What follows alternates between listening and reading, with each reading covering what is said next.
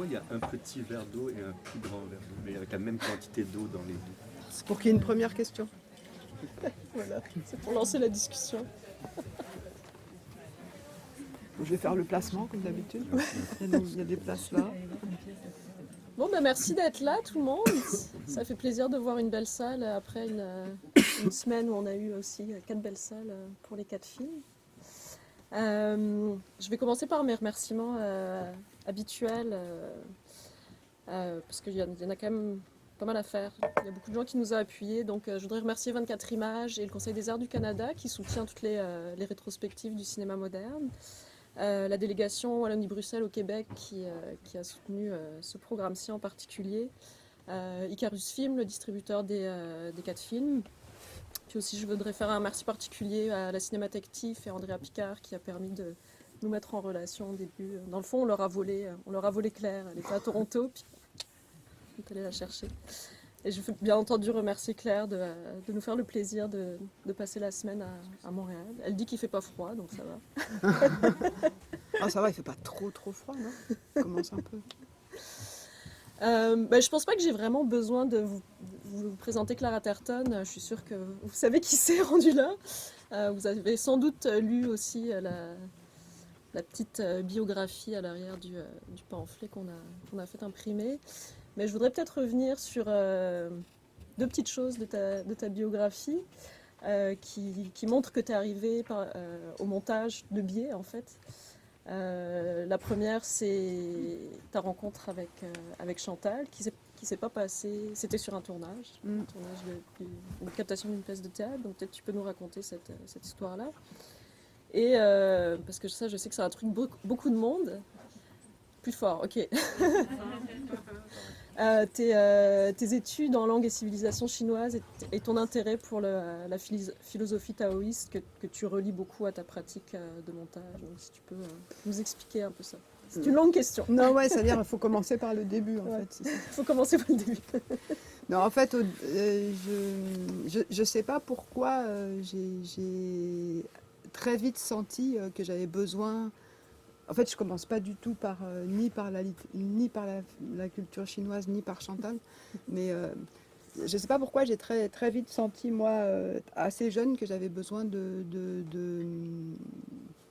d'être indépendante, de trouver un moyen de subvenir à mes besoins assez vite. Et du coup, j'ai cherché un endroit où où travailler assez jeune. Et c'est comme ça que j'ai commencé à travailler au Centre audiovisuel Simone de Beauvoir, parce que parce que je connaissais en fait. Bon, j'avais fait d'autres choses avant. J'avais travaillé pour Solidarność, l'association pour soutenir les travailleurs polonais, enfin des trucs comme ça. Et puis à un moment donné, je cherchais vraiment un stage et tout, et je connaissais Delphine Seyrig qui était amie de ma mère, une amie de ma mère d'enfance, et c'est elle qui m'a proposé qui m'a proposé de travailler au Centre Simone de Beauvoir comme technicienne et de faire une formation là. Et si je reviens là-dessus, c'est parce que du coup tout s'enchaîne en fait, parce que comme Delphine Seyrig était la présidente du Centre Simone de Beauvoir, c'est après elle qui m'a demandé un beau jour d'accompagner Chantal pour filmer une pièce. Et c'est comme ça que j'ai connu Chantal. Mais ce que j'aimais au Centre Simone de Beauvoir, c'est que j'avais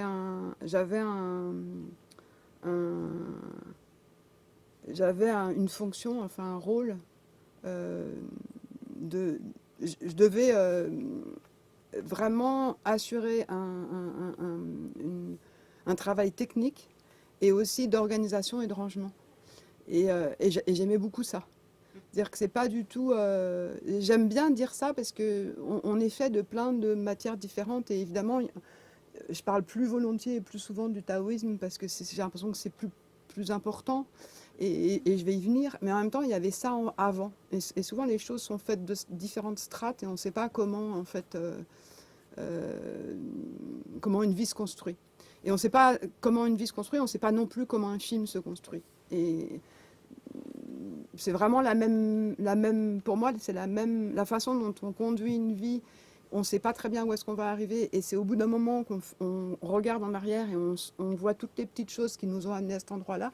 Et c'est la même façon, enfin c'est la même chose quand on construit un film. J'ai regardé tout à l'heure le début de No Movie et je me suis souvenue de la façon dont on rentrait dans le film sans vraiment exactement savoir, en cherchant des matières, en cherchant la paix de ce vert, de ce deuxième plan tout vert, après la fureur de l'arbre, toutes ces choses-là on travaillait avec des sensations, des intuitions, et des choses qui nous irriguaient le corps, et ça fait sens beaucoup plus tard.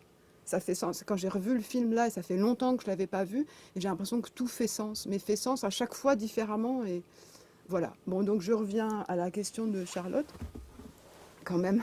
Et du coup, donc j'aimais beaucoup être technicienne au centre Simone de Beauvoir. J'aimais beaucoup avoir cette responsabilité d'avoir à organiser, à ranger. Il y avait quelque chose qui qui m'apaisait, que j'aimais bien. Et parallèlement à ça, je faisais déjà des études de chinois. Et un jour, donc, Delphine m'a appelée, Delphine Seyrig, donc, qui était la présidente du centre, j'ai déjà dit, je crois, m'a appelée pour me demander d'accompagner Chantal Akerman, qui devait faire une captation d'une pièce de théâtre où Delphine jouait avec sa nièce Coralie Seyrig. C'était une pièce de théâtre qui était basée sur les lettres de Sylvia Plath, qui a donné naissance 3 ans après à un film de Chantal qui s'appelle Letters Home, comme la pièce, et que... Ah mais non, zut. Qui sera montré à Toronto, pardon. J'ai failli faire une gaffe. C'est 5 heures de train. Mais à cette époque-là, c'était pas un film de Chantal, c'était juste la télévision française qui voulait passer un extrait de la pièce à la télé. Et Delphine ne voulait pas que ce soit quelqu'un d'autre qui filme que Chantal, donc elle a exigé Chantal. Du coup, Chantal a emprunté le matériel du centre Simone de Beauvoir, et c'est comme ça que moi je l'ai accompagnée comme jeune technicienne organisée pour faire cette captation. Et en fait, quand on est arrivé dans ce lieu, dans le théâtre, moi je m'étais bien installée pour faire le point, parce que j'étais pointeuse à l'époque, technicienne, pointeuse, je faisais le son, etc.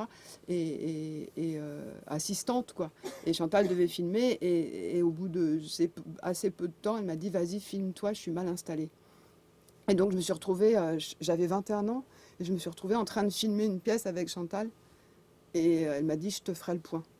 Et à chaque fois que, voilà, j'ai même pas eu le temps d'avoir peur, d'être intimidée, quoi que ce soit, alors que j'avais vu Jeanne Dielman, toujours en lien avec Delphine Seyrig, à 14 ans, et que je n'avais pas vraiment tout compris, mais par contre, j'avais senti qu'il se passait quelque chose en moi, de la même façon que j'avais vu aussi Einstein on the Beach dans ces eaux-là, et que je n'avais pas non plus tout compris, que j'avais même eu des moments d'ennui, mais que ça a marqué mon corps. Mais j'étais pas impressionnée par Chantal. C'était juste que... En plus, elle avait une grande simplicité. Et du coup, j'ai filmé sans éprouver de trac, en fait. J'ai filmé. Et à chaque fois que j'allais m'approcher de Delphine, zoomer, elle était sur le point de me dire de le faire. Donc du coup, et chaque fois que je panotais, elle était sur le point de me dire de le faire. Donc du coup, on a très vite senti qu'on s'entendait bien, qu'on sentait pareil, c'est ça qu'elle a dit. Et à la fin de la pièce de théâtre, elle a couru vers Delphine et elle a demandé qui est cette petite, je voudrais travailler avec elle. Et voilà, et moi en fait, à l'époque, j'avais déjà fait un peu de montage, parce que je faisais du montage dans le cadre du centre Simone de Beauvoir, mais j'avais pas encore, enfin, on s'est pas rencontrés autour du montage, en fait. Puis après, j'ai fait des tas de boulots, j'ai même filmé des défilés de mode d'une jeune styliste qui était avant chez Cacharel et qui avait créé sa propre marque. Et voilà, et tout ça pour dire qu'il y a aussi ce truc d'être débrouillarde. Par exemple, j'étais débrouillarde techniquement, ce qui m'a beaucoup aidé dans les installations de Chantal beaucoup plus tard. Parce que, en fait, au début, les premières installations qu'on a faites d'Est, si jamais, peut-être on va en parler plus tard, mais vu le temps que je mets à répondre à la première question, je ne suis pas sûre. Mais si jamais, je pourrais même vous montrer quelques images si on a le temps. Mais En tout cas, tout ce qu'on fait, c'est ça que je trouve important à dire et à partager, et c'est que tout ce qu'on fait nous amène quelque part et on n'a pas à savoir pourquoi on fait les choses quand on les fait. C'est la vie enfin, c'est les rencontres, c'est l'ouverture au présent, à l'inconnu, à l'inattendu qui, pour moi, crée enfin, nous met en mouvement et du coup nous aide à créer notre vie et à créer des films. Et le montage, c'est une plongée dans l'inconnu aussi. C'est surtout accueillir les images, faire le vide en soi, accueillir les images et essayer de les mettre en relation sans les décoder, sans les démystifier. Elles ont un sens secret, elles sont au-delà de ce qu'elles montrent, les images. Et c'est ça qu'on travaille. Oui, donc le chinois. Le chinois. Le chinois. Ouais, alors c'est pareil, le chinois, en fait, c'est toujours compliqué pour moi de commencer par, en fait, de raconter ça parce qu'on a l'impression que tout est super bien organisé, que j'ai fait ça, j'ai fait ça, j'ai fait ça, et du coup, et en fait, vraiment, j'ai fait les liens beaucoup plus tard. J'ai fait les liens entre toutes ces petites choses-là en 2011, je crois. J'ai été invitée pour la première fois à être un jury de festival. C'était au FID de Marseille. C'était pas il y a si longtemps, en fait. Et du coup, j'ai dû répondre à une petite interview pour le journal du FID et on m'a demandé comment j'en étais arrivée à être monteuse. Et du coup, je me suis posé la question. Chose que j'avais jamais vraiment fait avant, en fait. Et c'est là que j'ai compris le lien avec le chinois. Et c'est vrai que le chinois, c'est la langue chinoise, c'est une association d'images qui font sens. Dans la langue chinoise, pour dire à plein de niveaux, parce qu'il y a des associations de mots qui font sens, et je vois quelqu'un qui dit oui, qui va peut-être en parler mieux que moi. Hein, comment? Pas vraiment. Mais c'est aussi à l'intérieur des signes mêmes, des signes, des images qui font sens. Par exemple, pour dire vous parlez chinois? Ouais. Ouais. Ben, Un petit peu, comme moi, quoi, un petit peu. je suis pas très avancée, mais... Ah, d'accord. Mais par exemple, un truc que j'ai toujours beaucoup aimé, c'est que pour dire faire attention, attention, en chinois, on dit xiaoxin, ça veut dire petit cœur. Je trouve ça très très joli et c'est des images. On voit un petit cœur et on se dit, bah, ça veut dire faut faire attention, faut être prudent.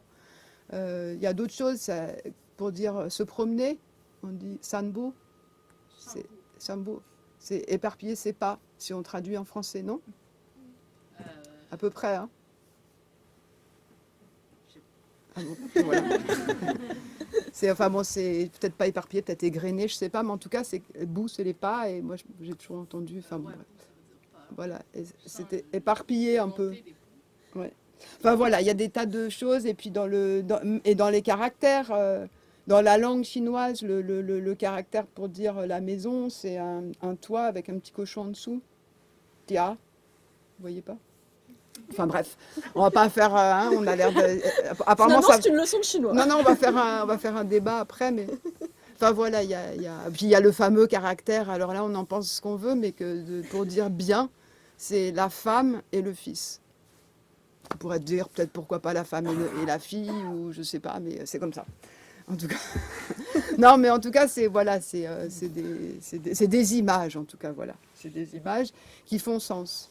À côté de ça, il y a la philosophie taoïste, dans laquelle le vide a un sens très important, parce que le vide, c'est pas un no man's land, c'est pas un truc, c'est pas un manque, enfin, c'est pas quelque chose de creux, c'est un espace où les souffles vitaux se rejoignent et les liens se font.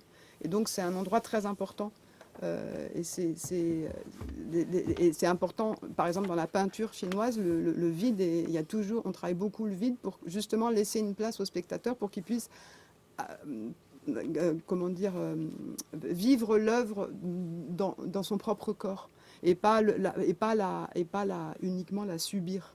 Donc le travail sur le vide et aussi dans le taoïsme, il y a beaucoup d'idées qu'on suggère et on n'impose pas. Et qu'il y a une façon d'être au monde qui fait qu'on a une certaine attitude et qui permet aux choses de venir à soi. Voilà, après, après, je vais arrêter peut-être sur puis on y reviendra peut-être au film mais après, l'autre chose qui est vraiment, qui moi m'a vraiment guidée et habitée, c'est le rapport à la poésie chinoise, enfin la, la façon dont certains poètes, particulièrement de la dynastie des Tang, de Li Po ou Li Pai, je ne sais pas comment on dit en chinois, on dit plutôt Li Pai, je crois.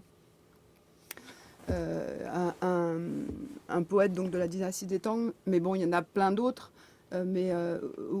En fait, les poèmes sont des associations d'images. Il n'y a pas de pronom, il n'y a pas de marque de temps, c'est-à-dire passé, présent, il n'y a pas de jeu, etc. Il y a juste des images mises les unes à côté des autres et qui font sens, mais qui font plusieurs, qui ne font pas qu'un seul sens, c'est-à-dire qui peuvent être interprétées, encore une fois, différemment.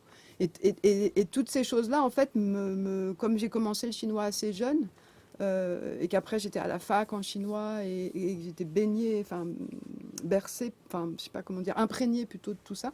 En fait, c'est comme j'ai jamais vraiment très bien compris d'où venait mon approche du montage, mais je crois vraiment qu'elle vient de là. Et la façon dont on s'est rencontré avec Chantal après en montage, c'était très lié à cette façon d'aborder l'art que j'avais appris, enfin que j'avais rencontré à travers la culture chinoise. Ce qui est l'art en plus, l'art l'art est une façon de vivre dans la tradition chinoise. C'est pas, l'art n'est pas séparé de la vie, c'est une façon de vivre. Et dans mon travail avec Chantal, il y a ça, quoi. Il y a aussi, il y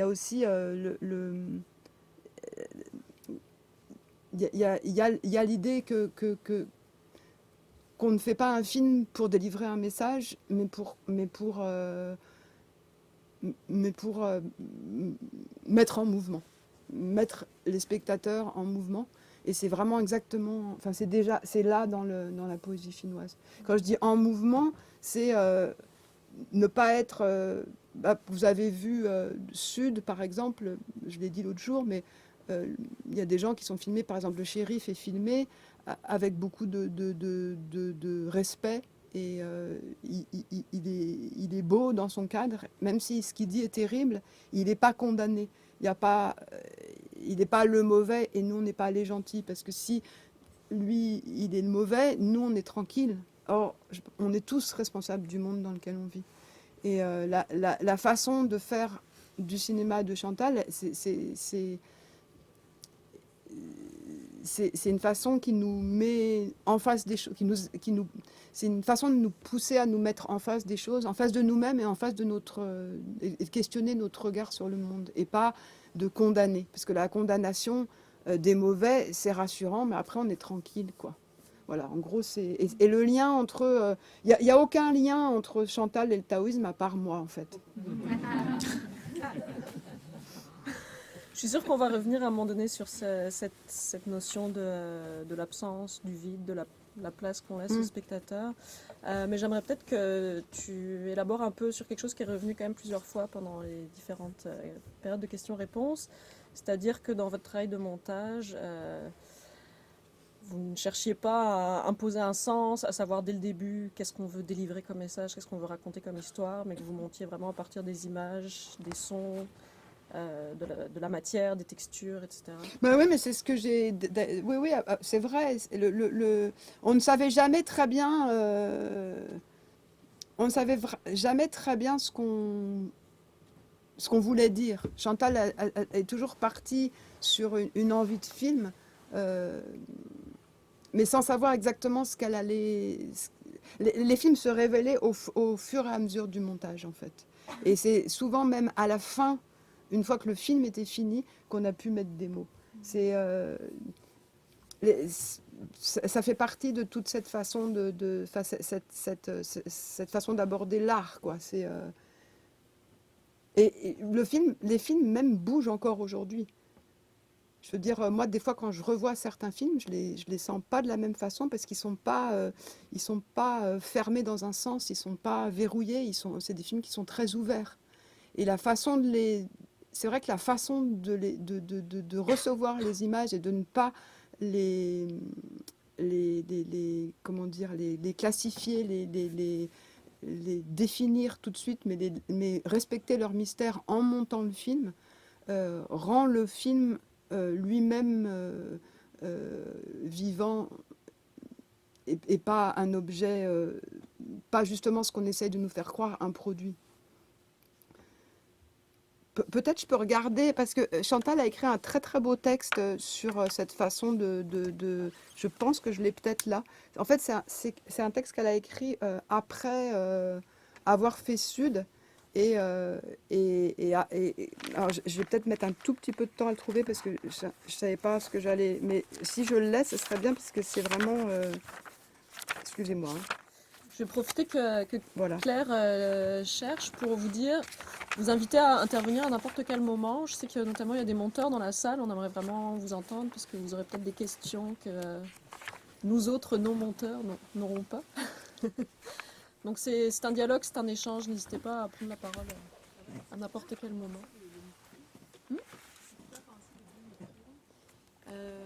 Anna, je vais faire confiance à Anna là-dessus. Est-ce qu'on peut avancer les micros? Mais je pense que c'est juste pour la captation. Je pense pas que ça change rien. Vous voulez que je parle plus fort? Je peux parler plus fort. J'ai l'impression que le texte, je l'ai qu'en anglais. Je crois que je me suis trompée de... Je peux le faire en anglais? Ouais, hein, ici on peut faire les deux langues, c'est ça l'avantage. Hein. Bon, elle l'avait écrit en français, c'est dommage. Après, vous le connaissez peut-être, hein, c'est un texte assez connu. Ouais, non, je ne l'ai pas en français. On n'a jamais ce qu'il faut. Non, mais je vais essayer en anglais. Donc, elle a écrit, c'est Avant de commencer de l'autre côté, qui est un film qu'elle a fait 3-4 ans après Sud. Et je trouve qu'elle le dit tellement bien que, en fait, ce texte me hante et c'est pour ça que j'arrive pas à vraiment répondre. Donc, et c'est vrai que la façon, moi, je le connaissais pas, ce texte. J'allais dire avant qu'elle l'ait écrit. Non, mais je veux dire... non, mais je veux dire, j'ai l'impression qu'il était en moi. Or, je l'avais jamais lu, mais il était en nous. Mais en fait, je veux dire, c'était... Mais on est arrivé par deux chemins différents. Enfin bref, elle dit... alors, je me souviens du français. Une narration contemporaine, cette fois, mais à propos d'une situation vieille comme le monde, and to which we again and always have to go back. I've been asked to precise my thoughts. They would like to know from which end I will take my subject. I would also feel better if I knew, more calm, but also less interested by the subject.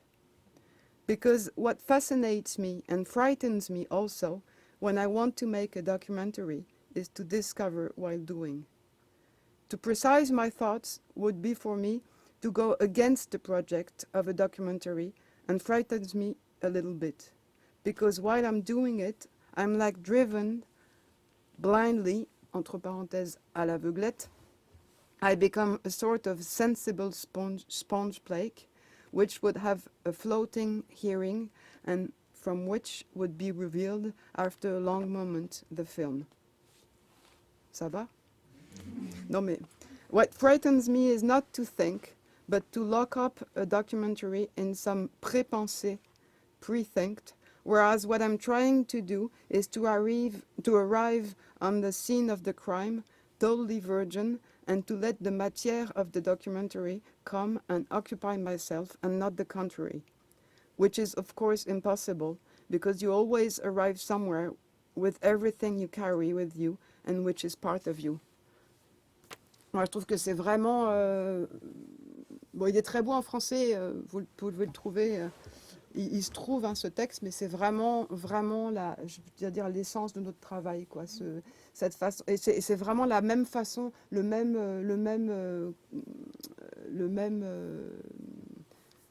même démarche qu'on a au montage, c'est-à-dire de pas prépenser les choses, de ne pas enfermer le propos du film trop vite dans un sens, mais d'accueillir les images, de les mettre en rapport, d'essayer de construire un rythme. Et c'est le rythme qui commence à naître et une fois qu'il est trouvé, crée vraiment la narration elle-même. Je vous donnais l'exemple tout à l'heure sur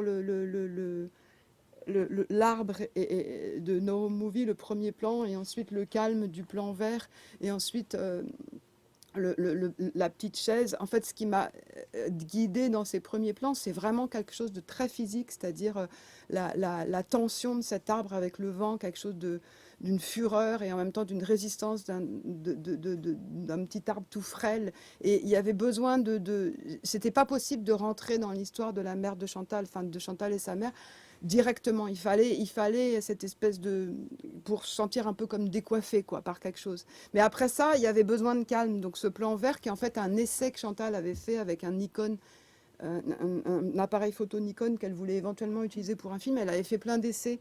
Et donc moi j'ai trouvé ça, comme on a été chercher des images dans toutes ces... elle n'était pas toujours très ordonnée, Chantal, et du coup, il y avait quand elle m'a dit qu'elle voulait qu'on rassemble toutes les images qu'elle avait filmées pendant les 2 années précédant la mort de sa mère, j'ai trouvé plein de choses, dont ces tests. Donc il faisait partie des rushs que j'avais, et tout à coup, ce plan vert, on l'appelait le plan vert, il a résonné, mais tellement fortement après l'arbre, et à chaque fois qu'on le voit, il y a comme le corps se détend, il y a quelque chose de comme ça, et du coup, l'arrivée sur la chaise bleue, ça crée quelque chose et on se dit, ah, il y a quelqu'un, et la mère qui pousse la porte et qui dit qu'elle a mal à l'épaule, et on a déjà envie de pleurer. Et c'est quoi? Il y a un arbre, un gazon, enfin voilà, c'est des choses, c'est des matières en fait. Et puis après, on continue à construire le film. Là, je parle de No Movie parce que c'est celui qui était tout à l'heure, mais pour chaque, c'est pareil. On continue à construire. Et puis, elle se parle un petit peu plus. Et puis du coup, on veut sortir, etc. Et puis après, quand on revoit, tout à coup, on voit les échos, on comprend les liens, et on a l'impression qu'il y a d'autres raisons que ça qui nous ont menés à mettre ces plans en résonance. Et il y en a forcément d'autres. Sauf que ce qui est important, il y en a fortement d'autres, mais c'est des raisons inconscientes. Et c'est avec ces choses-là qu'on travaille.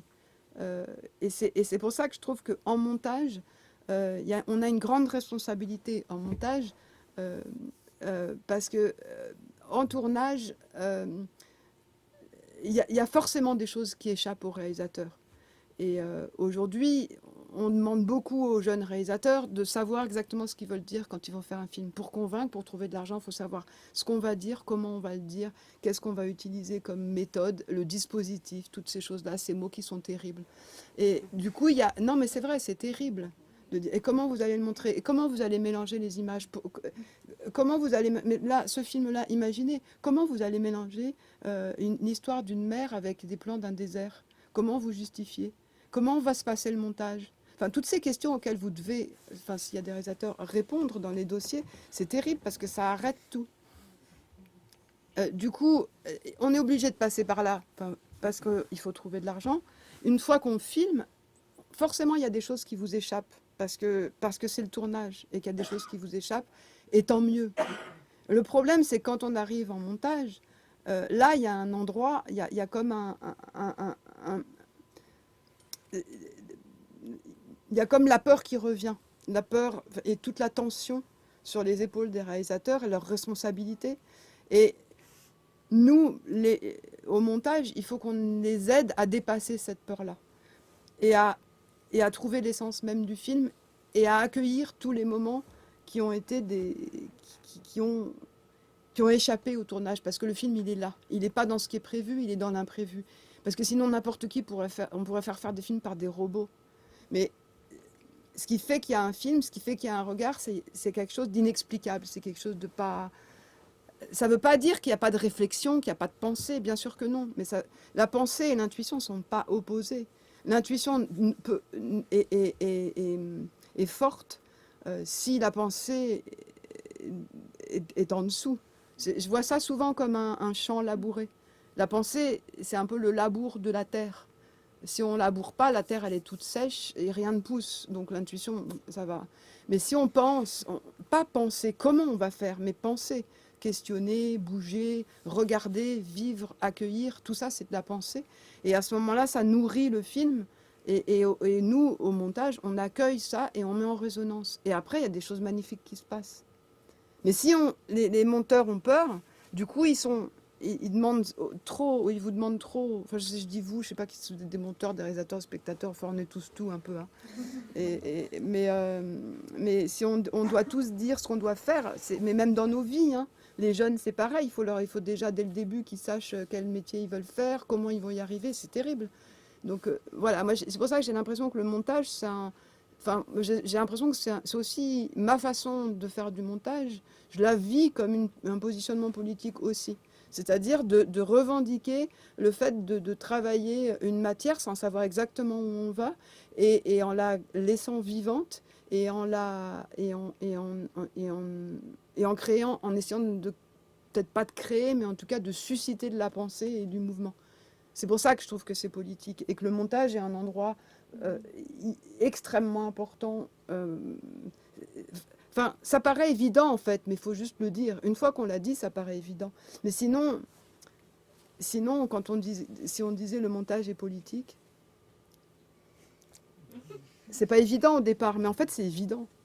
De mettre les choses en relation et d'ouvrir une possible pensée. Qu'est-ce qu'il y a de plus politique que ça? Je trouve ça intéressant. Il y a un paradoxe dans le fait que le cinéma de Chantal Akerman a toujours été décrit comme un cinéma extrêmement maîtrisé, extrêmement précis, alors que la création elle-même, pour elle et pour toi, était quelque chose de très intuitif et de Et oui, mais très en même simple temps, en fin de compte. en même temps, c'est pas contradictoire parce que c'est pas du tout contradictoire. Parce que ce qui guidait Chantal, c'est des intuitions précises. Ou des visions précises. Alors évidemment, les premiers films, je connais moins bien leur fabrication, puisque moi je suis beaucoup plus jeune que Chantal, donc j'ai pas. Mais je sais pas si vous avez déjà entendu Chantal le raconter, mais qu'elle a fait tous les magasins de chaussures de Bruxelles avec Aurore Clément pour trouver la paire de chaussures qui faisait exactement le son qu'elle voulait pour les rendez-vous d'Anna. Parce que c'était ce son-là qu'il fallait et pas un autre. Donc effectivement, il y a ça. Mais ça ne veut pas dire que... Enfin, d'où vient cette envie? C'est une envie qui n'est pas... c'est pas une envie...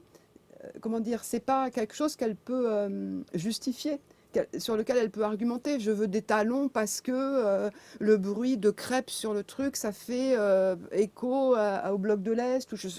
Non, c'est juste un souvenir. Donc c'est intuitif, c'est organique. Il faut que ça résonne comme elle a entendu, enfin, pour que dans son corps ça résonne de cette façon. Et si dans son corps ça résonne de cette façon, tout est possible. Et dans Jeanne Dielman, c'est pareil. Il fallait que Delphine se mette d'une certaine façon. Et en fait, Jeanne Dielman est bien sûr un film qui dénonce plein de choses, etc. Mais c'est aussi un film d'amour. Et un film sur la façon dont on fait ces fameuses côtelettes de veau et tout ça. Donc c'est très précis et en même temps c'est très très organique. Et dans les films donc, sur lesquels je suis plus... enfin, je peux plus parler parce que j'étais dans la fabrication, c'est à la fois très intuitif et en même temps c'est extrêmement précis. C'est-à-dire que, enfin, c'est pas pour... je veux pas non plus me lancer des fleurs, mais je trouve qu'à chaque fois que je revois un film, que ce soit Sud que j'ai vu l'autre jour ou quoi, je trouve que le montage est extrêmement précis. Il peut pas être différemment. Il peut pas, mais c'est justement parce qu'il passe par le corps. Donc c'est pas contradictoire. De la même façon que l'intuition n'est pas contradictoire avec la pensée. Et c'est justement, merci de poser cette question parce que je pense que c'est souvent quelque chose c'est souvent une confusion qu'on fait par rapport à Chantal, c'est qu'on pense que comme elle est précise, elle est conceptuelle. Mais en fait, j'ai l'impression qu'il y a un téléphone qui a fait du bruit. C'est ni toi ni moi. J'ai une angoisse que ce soit moi.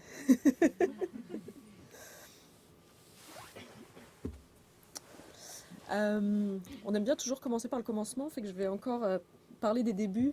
Je t'ai entendu dire plusieurs fois que le moment où tu découvres les rushs d'un cinéaste, c'est un moment qui est très épuisant pour toi. Est-ce que tu peux nous parler un peu de cette première étape, puis peut-être après de ce qui s'en vient? Ouais, bah, le moment où je découvre les rushs, en fait, C'est effectivement très très épuisant parce que on rentre dans une matière qu'on ne connaît pas, donc on rentre dans un monde qu'on ne connaît pas du tout. On saute à pieds joints là-dedans, on s'immerge toute la journée à regarder des images et il faut que notre corps soit toujours en alerte. Et donc il faut avoir cette attitude de réceptive. En même temps, il y a toujours un petit peu une partie de soi. Enfin, on peut pas s'empêcher complètement d'avoir des envies de mettre déjà du sens, de faire rentrer une certaine logique là-dedans. Surtout que moi, j'aime la logique. Encore une fois, logique enfin, mon côté rangement, etc. Et le taoïsme, c'est pas opposé. Et d'ailleurs, quand moi, dans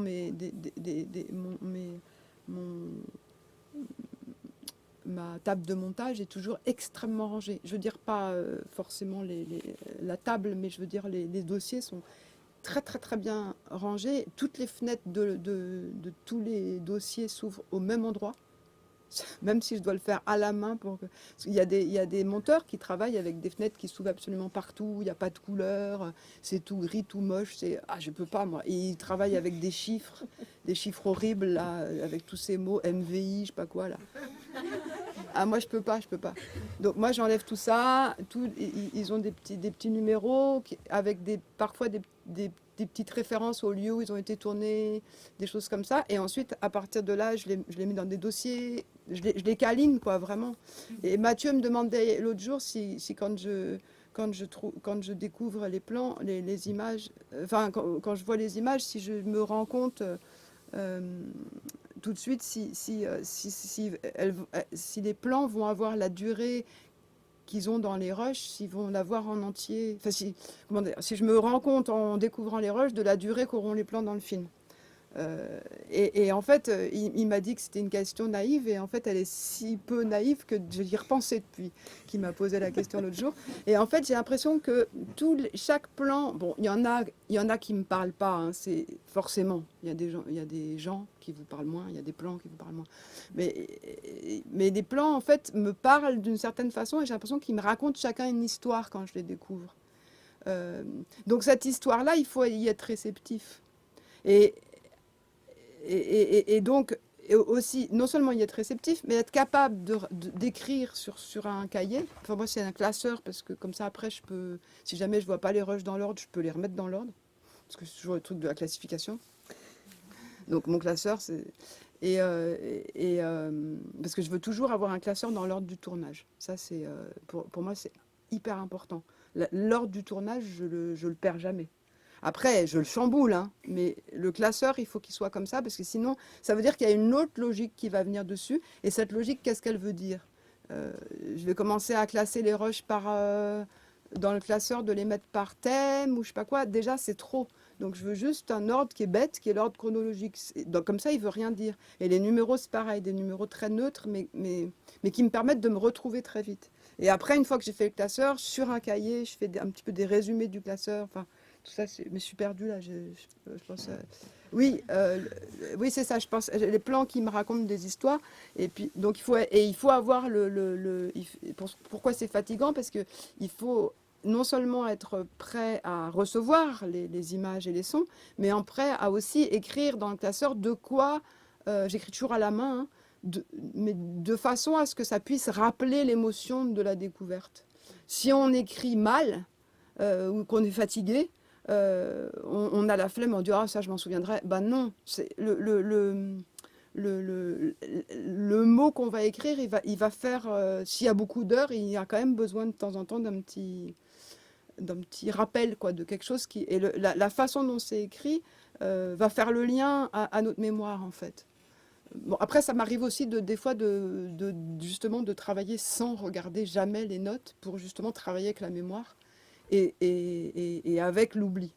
C'est-à-dire de voir ce que j'oublie. Parce que moi, j'ai une grande faculté d'oubli, ce qui est d'ailleurs très important en montage, parce que ça permet de ne pas savoir ce qu'on va voir.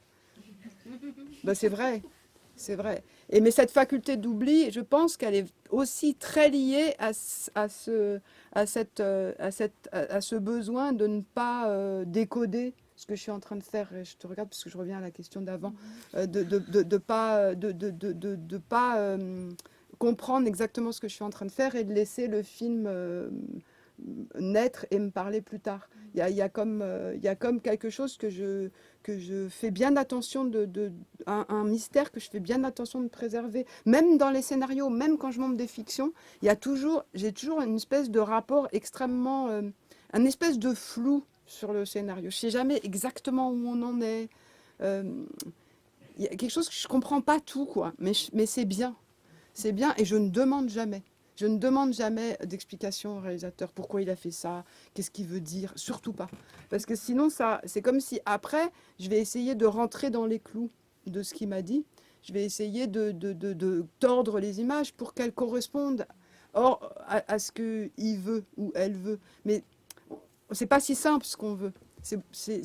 On peut pas le dire comme ça. Donc si on dit si facilement, il y a quelque chose de simpliste. Donc il faut que le film lui-même parle.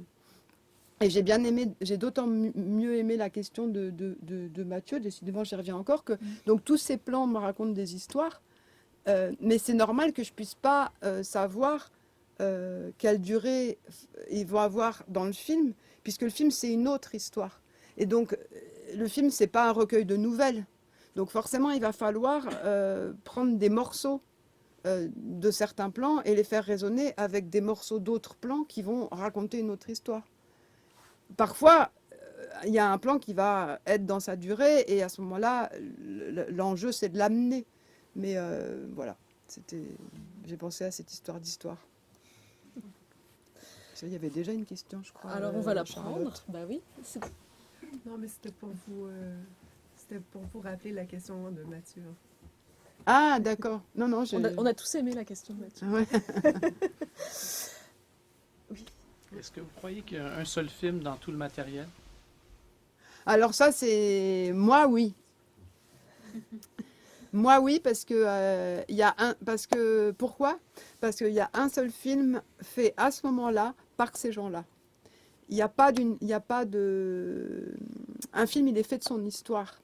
Il est fait de la façon... Il est le résultat de la façon dont il a été fait. Il est fait de son histoire. Il n'y a pas d'absolu. Et c'est ça qui fait qu'il existe. Donc oui, il n'y a qu'un seul film, et c'est justement ça, il faut en être totalement convaincu. Et c'est pour ça d'ailleurs qu'il y a des exercices dans certaines écoles de cinéma, et même des très bonnes écoles de cinéma, où on demande aux jeunes monteurs de remonter, enfin on demande à des monteurs confirmés de remonter des films qu'ils ont montés avec des étudiants en montage non confirmés, et que moi c'est un exercice que je refuse de faire parce que je peux pas. On m'a demandé de remonter la Folie Anne-Maillère avec des étudiants, je ne peux pas. La Folie Anne-Maillère, c'est la Folie Anne-Maillère et elle a été fait, le film a été fait dans ce moment-là, avec cette Chantal-là et avec moi à ce moment-là. Et c'est ça qui fait... voilà, c'est une réponse un peu philosophique, mais en même temps, je pense qu'il n'y a pas de hasard, ou alors tout est hasard. Et que la rencontre et le choix de la personne avec qui on travaille fait aussi partie du film. Donc oui, il n'y a qu'un film. Le tout, c'est que... Alors, en même temps, j'ai le sentiment, parfois, et donc du coup, je vais me contredire, que certains films sont ratés au montage. Ce qui était quelque chose que je ne disais pas avant, peut-être par excès de modestie. Je disais toujours que je ne regardais pas le montage, qu'un film, c'était un film, que ce n'est pas parce que j'étais monteuse que je regardais le montage et tout. Et en fait, ça devient... Plus ça va et plus j'arrive plus à dire ça et certains montages m'agressent et je trouve qu'ils sont et je vais vous étonner, mais je trouve moi qui aime aller dans l'inconnu, moi qui aime qu'on ne me dicte pas les choses, moi qui aime ne pas tout comprendre, je trouve qu'il y a des montages parfois qui sont justement trop foutraques et où on ne comprend pas assez parce que des fois, on ne comprend pas, mais on sent qu'il y a une pression, il y a une tension. Quand je dis une pression, c'est une pression qui va exploser. Donc tout ça, c'est plutôt une tension et un rythme, justement. Même si on ne sait pas exactement, même si, je sais pas, et je trouve qu'il y a certains films qui pêchent justement par un montage pas clair et pas tendu. Et du coup, juste un peu foutraque, quoi. Et donc moi j'aime être perdue, mais être perdue d'une manière constructive. Non, mais je sais pas si ça vous paraît... Si je peux me permettre, c'est trop tôt sans doute dans la discussion, mais ça me fait penser à ça par rapport à Dest et Dest au bord de la fiction. Ce n'est pas un deuxième film, mais c'est quand même une autre vision. J'aimerais vous entendre par rapport à ça, parce que c'est quand même une déconstruction. C'est le film qui est représenté une seconde fois avec une déconstruction des images sur des écrans et avec un 25e écran. C'est comme... Ah non, mais c'est pas du tout un autre film. Hein. Non, bien sûr, mais je voudrais... On voulait parler des installations, fait qu'on peut, on peut en parler maintenant. Oui, il n'y a pas de bon moment ou de mauvais moment. Hein. Mais oui, parle-nous peut-être de la différence de démarche entre monter un film et monter une installation, où bien entendu il y a comme la notion d'espace qui s'ajoute à la notion de temps.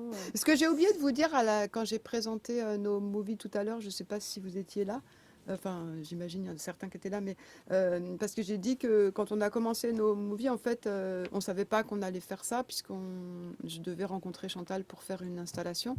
Et que sa mère étant morte à ce moment-là, Chantal m'a dit je voudrais qu'on rassemble toutes les images que j'ai filmées de ma mère depuis 2 ans et qu'on essaye de voir si on peut en faire quelque chose.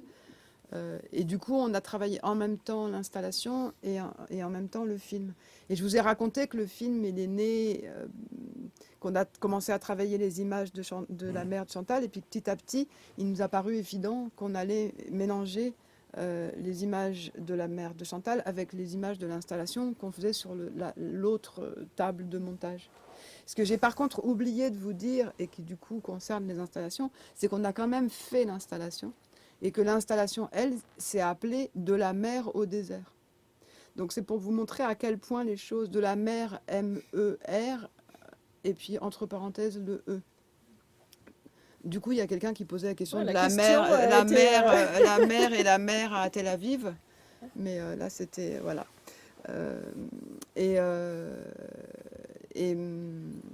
Oui, donc c'est vraiment...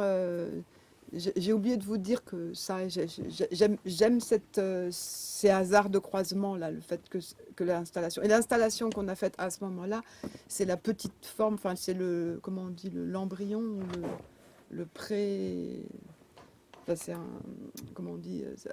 Après on a fait Now, beaucoup plus complexe, mais c'était la petite forme. Bon, peut-être pas un prototype, mais voilà un pré-essai, je sais pas.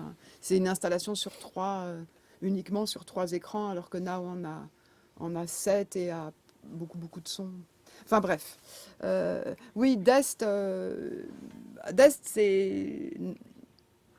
Donc on a monté le film Dest, comme je vous ai expliqué, il y a 3 jours, là, sans du tout parler sans du tout mettre des mots sur ce que nous évoquaient ces images de files d'attente et de visages de gens qui attendent et qui, en fait, attendent le bus. Et nous, on s'est jamais dit... on n'a jamais mis des mots sur ce que ça nous évoquait. On a monté le film vraiment en suivant notre intuition, comme Chantal l'avait fait en tournage, et en construisant des rapports en travaillant vraiment sur le rapport des images, des couleurs, bon, comme je vous racontais un petit peu sur nos movies de début, mais là, bon, c'était pas les mêmes images, mais c'était la même façon de faire, et j'aime la comparaison avec une composition. C'était une composition à la fois au niveau plastique et à la fois dans le sens musical et dans le sens plastique du terme composition. C'est-à-dire mettre des couleurs ensemble et aussi chercher le rythme juste entre les différents plans. Et on est arrivé à ce film que certains d'entre vous ont vu l'autre jour, et qui a une grande précision, même s'il a été fait comme ça, mais toujours sans parler, toujours Enfin, on parlait vraiment, de la beauté des contrastes, des crissements des pneus, de la couleur de la toile cirée, de la façon dont le couple dansait. On parlait de tout ça, du sourire de la femme à la tasse. Moi, j'avais une affection particulière sur la femme avec la petite tasse. On parlait de musique, parce que justement, on a mis de la musique sur la femme qui boit sa tasse. Parce qu'il y avait quelque chose, on avait besoin d'aller dans son imagination, en fait. On avait besoin de sentir qu'on allait loin avec elle quelque part. Enfin, on parlait de choses comme ça, quoi. Et on trouvait que la femme qui est devant le rideau et qui est sur un canapé avec un rideau qui vole derrière, et on trouvait qu'elle ressemblait à Delphine, par exemple. Voilà, on parlait de ça. On parlait d'intérieur, d'extérieur, de la tendresse de la main de la mère sur l'épaule du fils. Enfin, pour nous, c'est une mère et un fils dans le début, au fond d'un couloir. Elle passe, elle lui met la main comme ça, et lui il travaille à son bureau. Enfin, toutes ces choses-là, on parlait, et puis on riait du gamin qui passe dans la neige, et puis on parlait de la noirceur de la nuit, enfin de toutes ces choses-là. On a ralenti des plans, on a beaucoup travaillé les sons, on a fait des bruitages. Enfin, c'était vraiment une espèce de composition comme un opéra, je sais pas, un truc. Mais on n'a jamais mis de sens. Mais je sentais qu'il y avait quelque chose, une espèce de sens mystérieux, mais qu'il fallait pas dévoiler. Il y avait quelque chose de dangereux à mettre des mots dessus. Et en fait, on avait proposé à Chantal avant de faire une installation sur l'Est. Et elle ne savait pas trop pourquoi pas. Enfin, elle ne connaissait pas trop le monde de l'art. Mais en fait, elle a trouvé de l'argent pour faire le film avant. Donc, elle a fait le film avant. Puis après avoir fait le film, elle a trouvé, tout à coup, il y a l'histoire de l'installation qui est revenue sur le tapis, si je peux dire ça comme ça. Et du coup, elle m'a dit, tiens, travaillons à cette installation. Et là, on a pris le film monté, et on a essayé de se demander comment on pouvait refaire un petit peu ce travail qu'on avait fait, de résonance, en fait, des plans les uns après les autres. Et comment est-ce qu'on pourrait faire pour faire résonner les plans les uns à côté des autres. Mais tout ça, c'était en 95, ou 14 d'ailleurs, parce que ça a été montré en 95 au Jeu de Paume, mais je crois qu'on a dû le faire en 94. Donc, c'était donc il y a 25 ans, c'est ça? Et du coup, il n'y avait pas du tout toutes les techniques de multi-images qu'il y a aujourd'hui. Donc, c'était vraiment du bricolage. En plus, 16 avait été monté en 16 mm, donc on avait une copie 16 mm d'un film, mais comment faire? Donc, on a fait faire un télécinéma. Non, c'est dans l'autre sens. Comment on dit? Télécinéma, c'est quand on fait le... Enfin bref, on a fait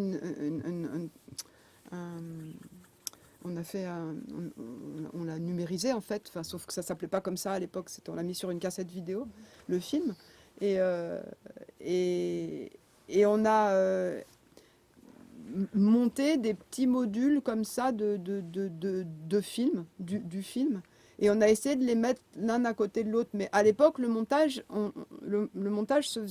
vidéo se faisait de copies. On copiait une cassette sur une autre cassette.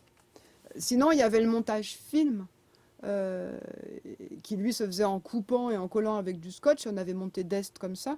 Et ça me permet de faire encore un petit détour, parce que le montage 16, enfin le montage film, je ne sais pas si Mathieu a fait du montage film, j'imagine, il est quand même beaucoup plus jeune que moi. Ben, seulement à l'université. Voilà. Mais ils en refont maintenant dans les écoles, et c'est bien. Et le montage film, en fait, il y avait un temps... en fait, entre le moment où on voulait faire une coupe et le moment où on l'a faite, il y avait un temps qui passait, qui était un temps qui était en plus habité par des gestes physiques. C'est-à-dire, il fallait couper, enlever la bobine, mettre l'autre, mettre le scotch, enlever la chute, bien la ranger, classer encore, mettre au crayon blanc. Et ce temps-là, en fait, c'était un temps où le corps était occupé et la tête se vidait. Et du coup, quand on regardait le raccord qu'on a fait, il y avait une distance qui avait été créée. Or aujourd'hui, on peut être tenté de pas respecter cette distance et de cliquer et de regarder direct. Donc les jeunes cliquent frénétiquement et non mais c'est vrai. Et après ne savent plus. Ils me disent, là, beaucoup de gens, de jeunes monteurs ou de jeunes équipes, parce que ils me disent en fait notre problème c'est qu'on voit plus le film. Et pour continuer à voir un film à chaque étape, il faut travailler le temps du travail. C'est-à-dire que le temps qu'on laisse au film pour venir fait partie du travail du film. Et le temps qu'on met à faire les choses aussi. Et attention, je ne dis pas du tout que je monte longtemps, moi. J'aime pas les montages très très longs. J'aime monter le film en quelques semaines. On a monté Sud en 7 semaines, ou 6 semaines, je crois. On a fait 5 semaines en DV et 1 semaine en Avid. Donc c'est des remontages assez rapides. Mais par contre, il faut prendre le temps. Il faut prendre le temps à chaque raccord ou alors on peut faire éventuellement quelques raccords rapidement, mais à ce moment-là, pas forcément les regarder, les faire très intuitivement, juste les placer comme ça, et ensuite prendre la distance et les regarder ou le lendemain. Après, c'est chacun sa méthode. Hein. Moi, ça dépend aussi des films, ça dépend de mon état, ça dépend du réalisateur, ça dépend. Mais des fois, j'ai besoin d'aller vite, et après, j'oublie ou voilà. Mais c'est tout c'est un processus à mettre en place pour laisser place à l'oubli pour qu'on puisse redécouvrir. L'idée, c'est de toujours pouvoir redécouvrir. Si on sait ce qu'on fait, on ne peut jamais redécouvrir et on s'attend à ce que le raccord arrive ou à ce que le film vous parle avant qu'il vous parle. Donc du coup, ce n'est pas le film qu'on regarde, c'est son impression ou son envie du film. Or, il faut toujours regarder le film. Et surtout, nous, les monteurs, on aide le réalisateur à regarder leur film aussi. Parce que des fois, ils ont du mal. Parce que des fois, ils ne regardent pas leur film. Ils regardent les spectateurs qui vont ou non aimer leur film. Et je peux comprendre. Parce qu'on a peur. Parce qu'on se dit, voilà, est-ce qu'il va être acheté? Est-ce qu'il va être montré? Est-ce qu'il va être sélectionné dans ce festival? On ne sait jamais qu'est-ce qui fait qu'un film est sélectionné. Donc, on a peur. Mais si la peur prend le pas, c'est plus la peine, il n'y a qu'à faire autre chose, quoi. Il y a plein d'autres trucs à faire, on n'est pas obligé de faire des films. Mais si on fait un film, il faut faire le film qu'on veut faire, et pas le film pour que le festival le prenne, parce que de toute façon, ça ne marchera pas. Donc, il faut... Et je comprends que les réalisateurs soient inquiets, hein. Franchement, simplement, il faut qu'on arrive, nous, à les rassurer et à ce qu'ils regardent leur film, et pas à ce qu'ils regardent ce qu'on attend, enfin, leur angoisse. Voilà. Ou bien le raccord qu'ils s'attendent à voir. C'est aussi pour ça que j'aime pas que les réalisateurs regardent ce que je fais, parce que sinon ils savent ce que j'ai fait et du coup ils ont déjà une idée préétablie de ce qu'ils vont voir. J'ai pas oublié la question. Et donc c'était juste un petit détour par rapport aux différents modes de montage de la pellicule, de la vidéo et du virtuel aujourd'hui. Et le virtuel, on peut très bien travailler en virtuel comme on travaillait en pellicule. Il suffit de prendre le temps, il suffit de faire des pauses, il suffit d'aller... je fume plus, mais faire autre chose.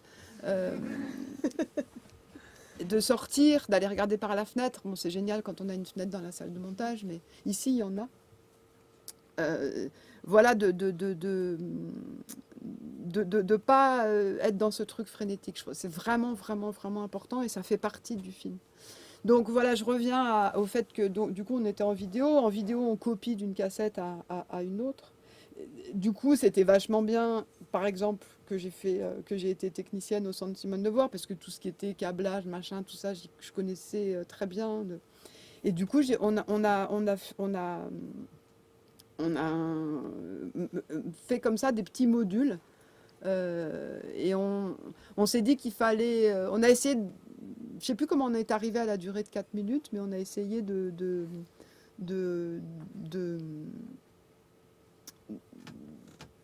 je ne sais plus comment on est arrivé à une durée de 4 minutes. Mais en tout cas, on a dû en faire 1 ou 2 comme ça, et puis après on en a fait d'autres, des modules de 4 minutes, et après on a essayé de les regarder ensemble.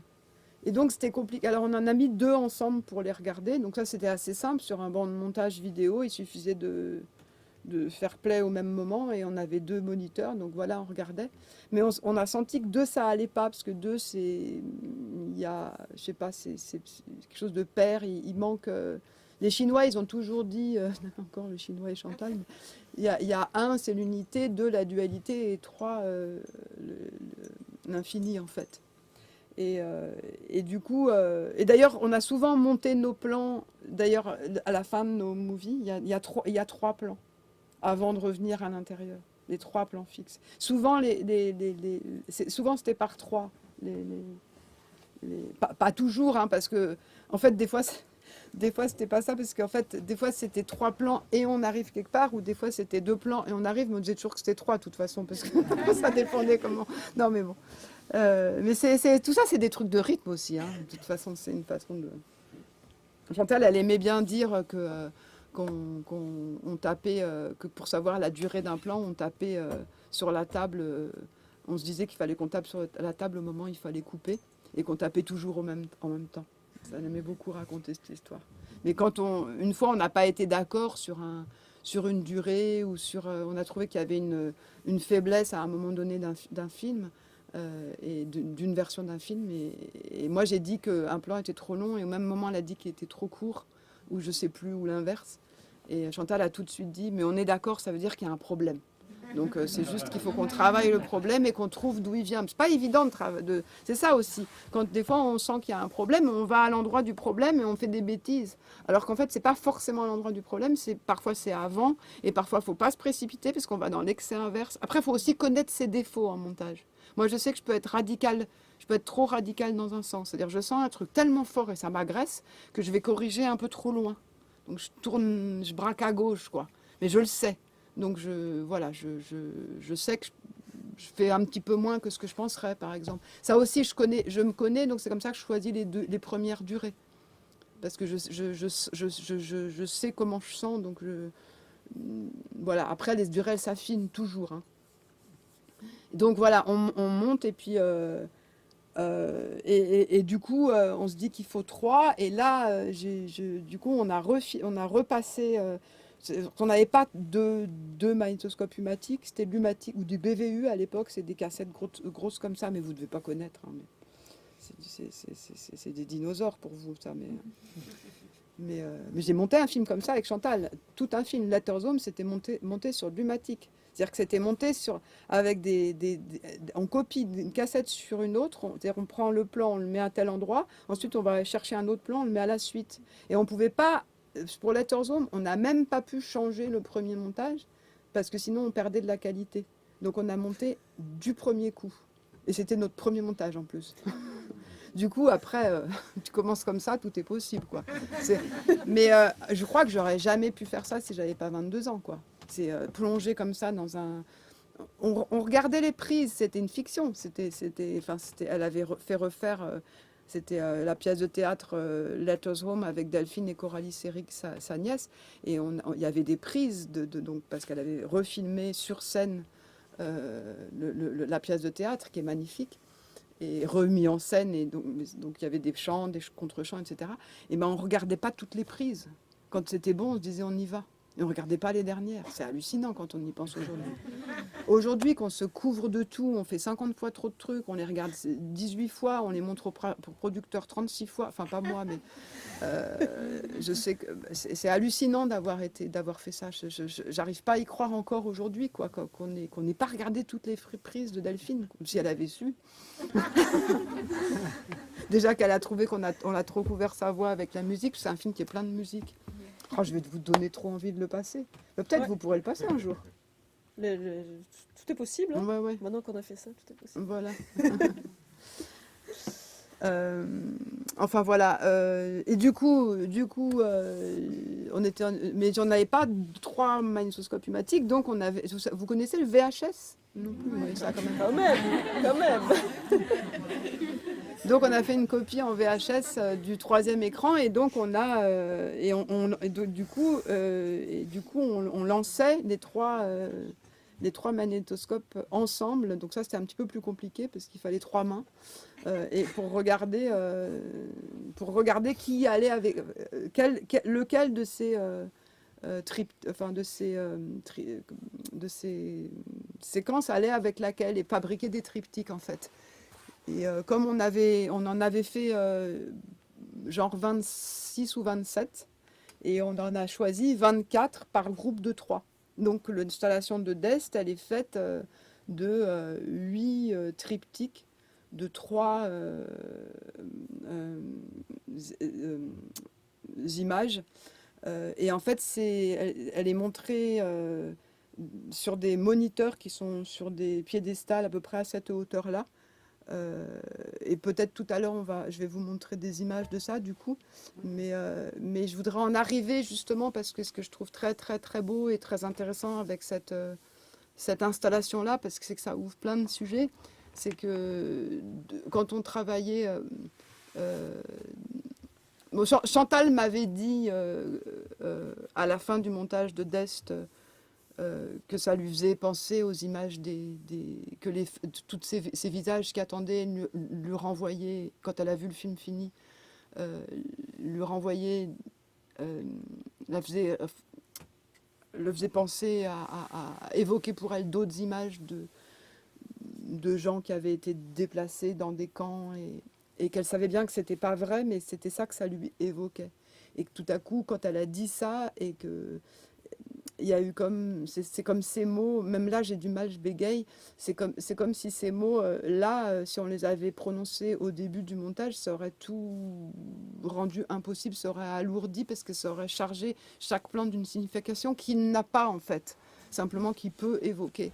Et le fait que cette sensation était dans l'air a participé du montage du film, même si les mots n'ont pas été prononcés. Et donc elle me l'avait dit, mais sans s'étendre dessus. Et ensuite on a fait donc l'installation. Et quand on a eu fait ces 24 écrans, donc ces 8 triptyques, alors du coup après j'en filmais 3. J'ai filmé 3 par 3 et on se les projetait en fait 9 par 9, mais avec des petites vignettes. Enfin, donc tout ça c'était vraiment du bricolage.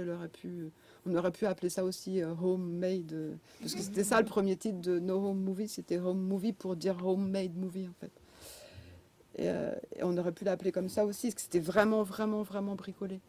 Et puis après on a, oui, en plus un truc assez incroyable, c'est qu'on a été dans un studio de mixage et on a dosé chaque écran. C'est-à-dire quand on va en mixage, en fait, on a en général 24 pistes, d'ailleurs, c'est drôle. Souvent, c'est des 24 pistes, hein, et on fait une piste, ou alors on fait du 5.1 maintenant pour les films modernes. Mais bon, on fait du stéréo, mais on rassemble les sons. Mais là, nous, on a gardé nos 24 pistes, puisqu'on voulait un son par écran. Par contre, on les a dosés, parce que si on les laissait tous au niveau du film, certains sons auraient écrasé d'autres. Donc on a été dans un studio de mixage et on a dit on veut mixer, mais en fait on veut garder séparé, on veut juste doser. Donc c'était un peu étonnant. Mais en plus à l'époque, il n'y avait pas beaucoup d'installations audiovisuelles. Maintenant il y en a plein, mais... Donc voilà, et donc on a fait ça. Et après, une fois qu'on a fait ça, on s'est rendu compte qu'il manquait quelque chose et que il y avait... En fait, le film, enfin l'installation tournait en boucle. Une fois que les 4 minutes étaient finies, ça recommençait. Et du coup, il y avait quelque chose qui manquait d'une tension, d'une narration. Un film, il est construit, il a un milieu, il a un début, un milieu, une fin. Je n'oppose pas du tout un film narratif avec un film contemplatif. Ça, c'est une chose aussi que je trouve tout à fait fausse. C'est quand on parle de film narratif quand il y a un scénario, et de film contemplatif quand il n'y a pas d'histoire. Tout film raconte une histoire. Donc c'est simplement qu'il y a une narration qui est faite, qui est donnée par le rythme. et une tension qui se crée du début, au fil du film et jusqu'à la fin. Et ça se voit très très fortement, par exemple, dans nos movies, mais dans Dest aussi. Et là, dans Dest, dans l'installation Dest, ça tournait en boucle, donc il manquait quelque chose. C'était beau, mais il manquait quelque chose. Et on a monté assez vite ces 24 écrans. Et c'est là qu'on s'est rendu compte que s'il manquait quelque chose, c'est qu'il n'y avait pas de fin. Et que donc la fin temporelle qui existe dans le film, il fallait qu'elle soit transformée en fin spatiale dans l'installation. Et que parce que le spectateur dans une installation peut faire lui-même son chemin et aller chercher les écrans. Mais que là, il y avait quelque chose qui tournait en rond. Et donc on a créé une deuxième pièce dans laquelle on a pensé qu'il fallait mettre une 25e image. Et cette 25e image, c'est là que les problèmes ont commencé.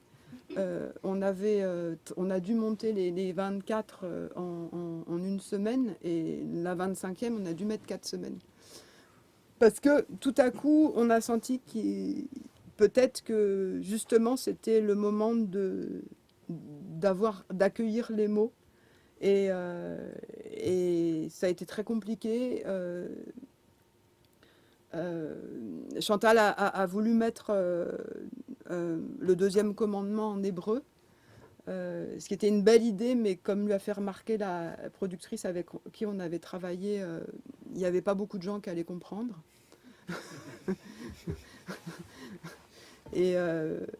Mais on a fait tout un travail autour de ça quand même. Enfin bon, on a beaucoup cherché. Et finalement, Chantal a écrit un texte qui est magnifique. Et qu'on a mis sur des images assez abstraites en fait, et qui sont prises de Dest, mais qui sont dans lesquelles on a zoomé et qui sont voilà. Et c'est ça qui a fait le 25e écran. Donc peut-être que je peux montrer si on a le temps, si vous avez l'énergie, si vous avez envie. Déjà d'abord peut-être déjà les photos. Ouais, peut-être. Caroline, on s'est organisé tout à l'heure pour ça. C'est pas évident pour elle parce que j'ai préparé ça au dernier moment, mais on va faire au mieux.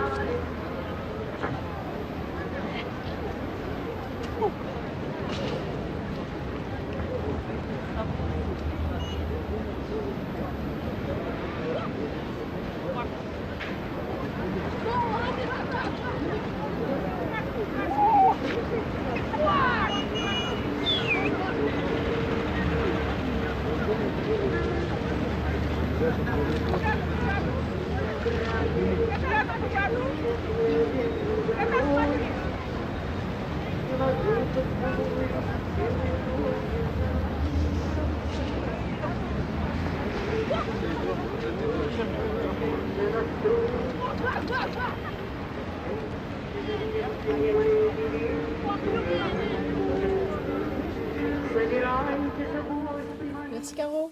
Merci beaucoup, ouais. Il nous reste peut-être une dizaine de minutes, en tout cas on peut allonger au besoin, mais je pense que c'est le moment de poser vos questions si vous en avez. Comment est-ce que vous faites pour décider sur une longueur? Parce que souvent, c'est quand même des assez longs plans. Et comment est-ce que vous prenez cette décision? Est-ce que vous revoyez les plans? Est-ce que ça change cette impression-là que vous avez de la première fois? Ça raccourcit, ça se rallonge? Une fois que le plan... Alors, il y a comme je disais, il y a l'histoire l'histoire que le plan m'a racontée déjà au départ. Et après, quand au fil du montage, j'ai l'envie d'aller chercher ce plan, je le re-regarde. Et je sais pas comment dire, il peut arriver que tout à coup, tout le début du plan, du fait que j'en suis déjà là à ce stade-là du film, c'est-à-dire à la 20e minute, tout le début, il est déjà plus possible. Parce que c'est comme si le film avait déjà pris en charge le début du plan. Donc du coup, le plan, il peut être pris qu'à partir d'un certain moment. Donc du coup, je l'essaye à partir de ce moment-là. Parfois, il fait un effet magnifique et parfois, il est très décevant. Et parfois, je le prends encore plus tard et encore plus tard et encore plus tard. Et finalement, je ne prends pas parce que finalement, j'arrive à la fin et j'arrive pas. Et par contre, parfois, je m'aperçois que si je le prends au milieu, alors que je pensais que c'était là qu'il était beau, et ben non, il se passe rien, et qu'en fait, il faut le prendre au début. Et que même s'il y a une attente un petit peu éprouvante, et ben, si le plan, on l'ampute de son début, il n'existe plus. Et il n'y a pas de règle, en fait. C'est pour ça que c'est fatigant, parce qu'il n'y a pas de règle. Mais par contre, il y a une chose qui est juste. C'est pour ça que je dis qu'il n'y a pas qu'il y a qu'un film par rapport à la question du voisin de Mathieu. parce que y a, à mon avis, enfin, il y a un film juste. Il y a peut-être d'autres films, mais il y a un film juste. Pour revenir un peu sur cette question-là, moi je me demande un petit peu, ça ressemble à quoi une salle de montage avec vous et Chantal? Qu'est-ce que vous racontez au final? Parce que tout à l'heure vous avez dit, tiens, si elle m'avait dit telle information en début de montage, ça aurait alourdi tout. Et donc je me demande en fait comment on sent, enfin il y a deux questions là-dedans, c'est comment on sent ce qu'on doit se dire, ce qu'on doit s'évoquer, puis ce qu'on ne doit pas se dire. Et puis aussi comment vous communiquez, comment vous arrivez en fait à communiquer sur des sensations en fait, sans finalement avoir choisi un film très défini à la base. Je sais pas si c'est un peu clair ou pas du tout comme question. En fait, il n'y en a qu'une de question, c'est comment on se parle en fait. Ouais, c'est un peu ça en gros. En fait, le truc, c'est que je pense que dans une salle de montage, on parle beaucoup d'autres choses que du film lui-même en fait. Bon déjà, enfin, on parle du film de la manière dont je vous ai un petit peu décrit tout à l'heure quand je parlais d'Est. On parle vraiment des choses. Enfin, je parlais des plans. Mais après, on peut parler des raccords aussi, en parlant du fait que ça a l'air d'être un petit peu précipité ou que on cherche un soulagement ou des choses comme ça. On peut parler de... Alors Chantal et moi, on aimait aussi beaucoup donner des noms aux plans. Donc comme je vous ai dit, le plan de deuxième plan de nos movies, en plus c'est des noms super simples, hein, le plan vert, c'est quand même pas compliqué. Et en même temps, c'est pas le monsieur sur le banc, c'est le plan vert, parce qu'en fait le monsieur il est là, mais c'est le vert tendre, c'est la tendresse du vert qui était la plus importante. Donc du coup, et je me souviens que dans nos movies, il y a aussi un plan où à un moment donné qui va vers il y a un mouvement comme ça, puis il y a un plan qui va vers la fenêtre, et Chantal elle l'appelait le blanc, et ça moi j'avais pas compris, elle me disait mais s'il après le blanc là, le blanc et moi je comprends, là pour le coup j'ai eu du mal bon ça arrive, hein. Mais donc c'était vraiment des choses comme ça, c'est vraiment très comment dire, très concret, voilà, très concret. Mais après, on peut aussi parler de choses qui nourrissent le film et qui concernent le film, mais qui ne sont pas ce que le film doit être ou ce que le film doit transmettre. C'est juste ne pas le déflorer pour le laisser s'épanouir lui-même. Mais ça peut être des... j'ai pas d'exemple qui me viennent, mais ça peut être... c'est vraiment par rapport à ce qu'on ressent des plans, en fait. Ou ça peut être des obsessions. Voilà, Chantal parlait souvent de ses obsessions. Comme j'ai dit, pour Sud, c'était beaucoup le silence. Elle parlait beaucoup du silence. Elle parlait beaucoup aussi de Baldwin. Mais elle ne parlait pas de comment le film allait résonner avec tout ça, forcément. Enfin, je sais pas. Et après, on parle aussi beaucoup de ce qu'on va manger, de ce que... Non, mais tout ça, Food, Family and Philosophy, c'est le sous-titre d'un de ses films, Histoire d'Amérique. Donc, oui, de ce qu'un tel nous a dit. Elle était très, très douée aussi pour donner des conseils sur comment élever ses enfants. Enfin, non, mais voilà, on parle, quoi. On vit, en fait. On vit et on accueille, un troisième, un troisième,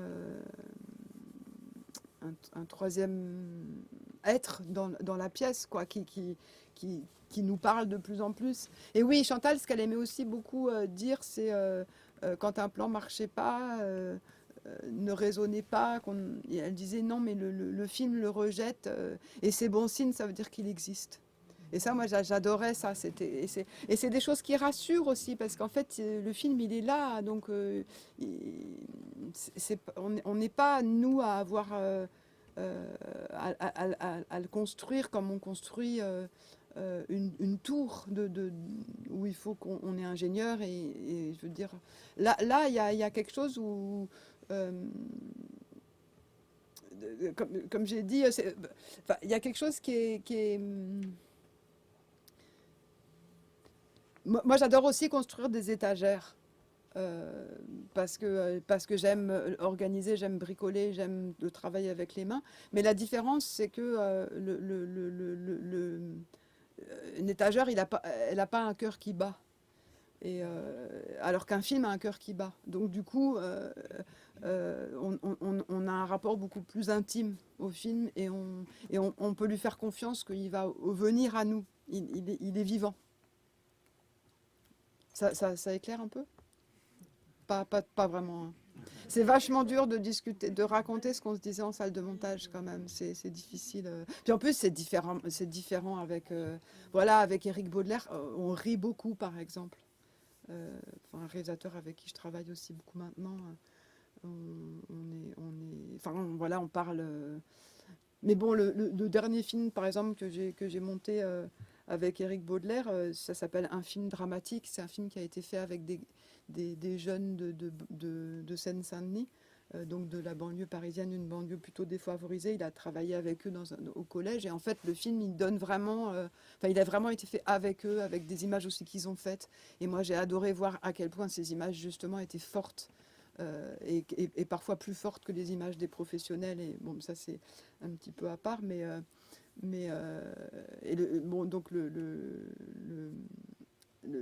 J'aime beaucoup ce film. J'espère qu'il viendra un jour à Montréal. Je me souviens qu'à un moment donné, chose que je fais assez rarement, mais je lui avais dit, mais en fait, c'est quoi qui t'a poussé à faire ce film? Et puis, il me les a montrés. Il m'a dit, mais c'est leur sourire, c'est leur façon d'être, c'est ça, c'est ce regard. Il me les a montrés, ils étaient tous sur l'écran. Et il m'a parlé de choses très précises, pas très précises, mais très tendres, quoi. Il m'a pas dit, je veux montrer que, je sais pas quoi, la banlieue, c'est pas ce qu'on croit. Après, le film, il brasse beaucoup de choses politiques dont on n'avait pas conscience, encore une fois. Ce qu'on voulait, c'est aller vers eux. Donc, c'est des choses comme ça dont on parle. Et oui, et Chantal, elle aimait beaucoup parler de ce qu'on allait manger. Des fois, elle venait faire à manger sur la table de montage. Elle coupait les carottes. Non, mais c'est vrai, avec sa petite planche, elle arrivait, parce qu'elle aimait bien faire la cuisine. Donc, elle venait, comme on travaillait chez elle. Et dans la cuisine, on travaillait. Il y avait... Donc, moi, j'ai toujours plein de petits trucs à faire pour m'organiser bien, etc. Et elle coupait ses carottes. Et puis, dès qu'on s'angoissait trop, elle disait, tu sais quoi, on verra. Ça, c'était sa grande phrase, on verra. J'essaye de continuer à dire ça.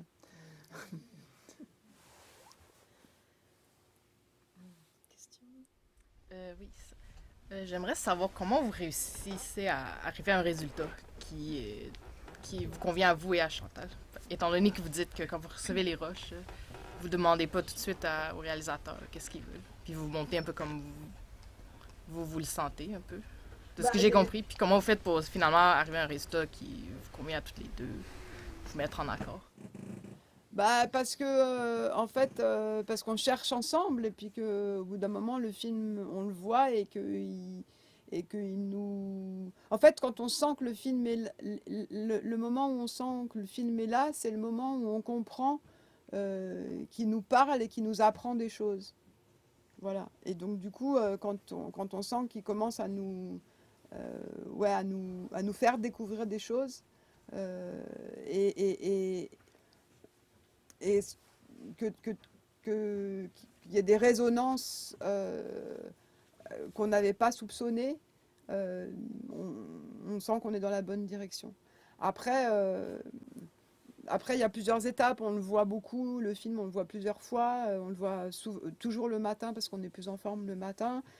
Une fois qu'il est fini, enfin nous, il faut regarder le film quand on est le plus en forme. Mais Chantal et moi, on était toujours plus en forme le matin. Donc on le regardait toujours le matin, c'était notre rituel. Il y avait des rituels de travail qui rythmaient les journées de travail. Et une fois que le film est fini, c'est-à-dire qu'on a un début, un milieu, une fin, on continue à le regarder. Il y a toujours un temps, une fois que le film est fini, où on le revoit et où à chaque fois on fait des petites modifications. Et on fait de plus en, à chaque fois il y a des petites modifications et on est de plus en plus, exigeant et difficile. C'est-à-dire qu'il y a des choses qui apparaissent qui ne nous gênaient pas du tout avant et qui tout à coup, on sent qu'il y a une lourdeur ou il y a un son qui est mal, qui est mal placé parce que je travaille beaucoup avec le son. Et du coup, on affine et il y a un moment donné, en fait, on commence à noter des petites choses et quand on les corrige, en fait, c'est moins bien. Et ça veut dire qu'on y est arrivé, en fait, et qu'il faut plus s'acharner. Et là, l'idéal, c'est de pouvoir prendre un ou deux jours et le revoir en ayant oublié un petit peu. Voilà, après, le rythme et de chaque montage est différent, mais c'est justement parce que on se dit pas ce qu'on veut faire qu'on peut travailler ensemble, parce que sinon on s'apporte pas les choses si simplement le réalisateur dit je veux ça. Du coup, il n'y a pas de rencontre, en fait. C'est pas, parce que en fait aussi, peut-être que la réponse la plus simple, c'est que les images parlent. Donc les images parlent et la présence parle. Il n'y a pas que les mots qui parlent. Il y a plein de choses qui parlent et qui disent. Est-ce qu'il y aurait une dernière question? Concernant No Home Movie, j'ai l'impression qu'on revoit tous ces films en fait. Et quand on sait ce qui s'est passé, moi ce que j'ai eu comme impression, c'était comme un peu une boucle qui se termine. C'est qu'à partir de Saute ma ville, par rapport même à ses livres, Ma mairie ou Une famille à Bruxelles, Jeanne Dielman, d'Est, j'ai l'impression que tout se retrouve dans nos home movies. Au niveau des plans, au niveau de... J'ai l'impression même qu'il y a des choses qui se dévoilent de façon plus directe, qui sont... Enfin, je reviens à la question du murmure, mais qui sont dites ou suggérées dans d'autres films et qui viennent vraiment se compléter dans ce film-là. Je voulais savoir... Bon, c'est possible, hein, c'est ce que je disais avant le tournage, n'importe quoi. Avant le film, c'est que Chantal disait que c'était son film le plus immédiat, donc je pense qu'elle sentait quelque chose comme ça, ouais. Après, No Movie est un film qui est né d'une matière extrêmement chaotique. C'est les matières les plus chaotiques que j'ai jamais vues, sauf dans Maniac Summer. Ces installations-là c'était aussi. Mais sinon, il y avait vraiment de tout. Elle filmait tout le temps, quoi. Donc du coup, c'est étonnant de voir à quel point il y a une maîtrise dans ce film, alors qu'il est. Et je pense qu'elle n'était pas toujours consciente de ce qu'elle faisait. Mais je ne sais pas si vous avez remarqué, mais qu'à un moment donné, il y a la caméra dans la cuisine, là, et elle se met comme ça. Ouais. Et c'est genre, on la verra mieux, quoi. Mais je mets... ouais. Donc, ouais, c'est vrai que tout se retrouve parce qu'il y a la folie de Saute ma ville et il y a la folie au sens, au beau sens du mot folie, hein. Et il y a la précision de Jeanne Dielman. La cuisine de Jeanne Dielman, enfin, c'est vrai. C'est vrai. Après, ce qui est magnifique, c'est qu'elle elle savait pas du tout si ça allait faire un film, quoi. Elle filmait comme ça. Elle me posait la caméra sur la table. Enfin, Mais c'est vrai hein, qu'il y a peu de... C'est vrai qu'il y a un peu de tout, ouais. C'est vrai. C'est vrai. Oui, allez-y. Comment est-ce que c'était le rapport entre l'écriture et faire de films Vous voulez dire l'écriture, son écriture comme écrivaine? Parce qu'elle écrivait beaucoup, elle faisait aussi des installations, mais c'était aussi quelqu'un qui écrivait beaucoup. Est-ce qu'elle passait des moments où elle écrivait seulement? Est-ce que c'était quelque chose qu'elle faisait en continuation avec le fait de filmer? Ou est-ce qu'elle s'est retirée pour écrire? Non, elle avait toujours quelque chose à écrire en fait. Elle avait toujours... enfin, toujours, faut pas exagérer, mais c'était pas tiens, maintenant je vais écrire. Mais déjà, elle écrivait aussi pour des films. Parce que quand elle écrivait les scénarios, c'était de l'écriture. Et les scénarios de Chantal sont très, très, très beaux. On est en train de travailler à un projet de recueil de tous ses écrits. Du coup, les scénarios vont pouvoir être... Enfin, les gens vont pouvoir les lire. Ils sont très beaux. Et ils sont justement pas dans une description... Enfin, comment dire, ils ont une narration particulière. Donc oui, elle adorait l'écriture, même si l'écriture l'a parfois fait souffrir. Il y avait quelque chose de vital dans l'écriture. Et d'ailleurs, elle avait vraiment envie d'être reconnue comme écrivain. C'est aussi pour ça que je suis heureuse qu'on fasse ce travail d'édition de ses écrits. Parce que... Et puis moi, je sens... Enfin, son écriture est très forte, quoi, dans ses films. Enfin, même dans Là-bas, enfin, je sais pas. Je pense que c'était une excellente écrivain, puis il lisait aussi, c'est quelque chose que faisait, donc je me demande comment ça se rapportait aussi dans les rapports avec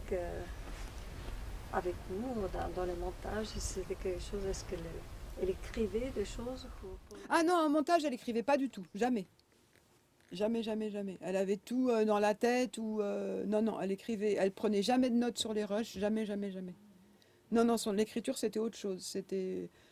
par contre, elle aimait, par exemple, quand elle a commencé à écrire Ma mère rit, c'était un moment où elle n'allait pas très très bien et elle aimait que je sois là pendant qu'elle écrivait.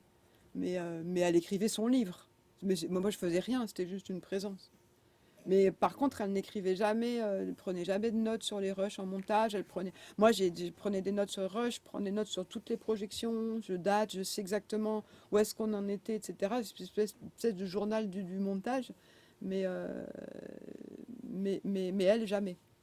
Et elle n'écrivait pas pendant qu'on montait, non, c'est vrai.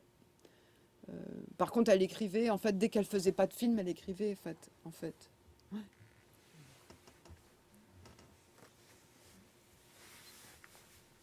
Dernière question.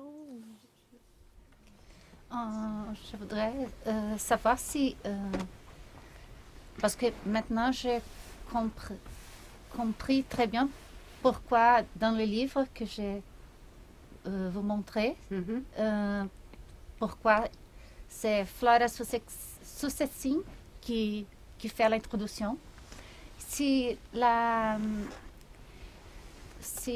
Chantal, elle avait une relation de lecture, comme de lecture, etc., avec Blanchot, Barthes, ces auteurs qui parlaient beaucoup sur le je et sur le moi, parce que je pense que tous les réalisateurs et écrivains et écrivaines qui travaillent avec l'autobiographique, en même temps, ce sont des artistes qui savent beaucoup, qui le moi se transforme en jeu, en personnel, en personnel, etc. Et je crois que tous ces films ils sont des mémoires, etc. S'il y avait un jeu, comment je peux dire en français, pardon mon français, mais qui a conscience que c'est un sujet de l'expérience et qui se finisse. Je ne sais pas si je suis claire, mais